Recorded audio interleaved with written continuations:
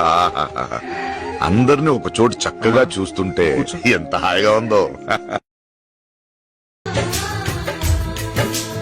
అమ్మంటూ లేకున్నా జన్మంతా జరిగేనులే, అన్నంటూ లేకుంటే క్షణమైనా యుగమౌనులే. కనకున్నదో కన్నమ్మవై కడుపున మము దాచి కాచిన దైవమా, మాలో దిలిలో పండేదంతా పుణ్యమే, మా జాబిలికి ఏడాదంతా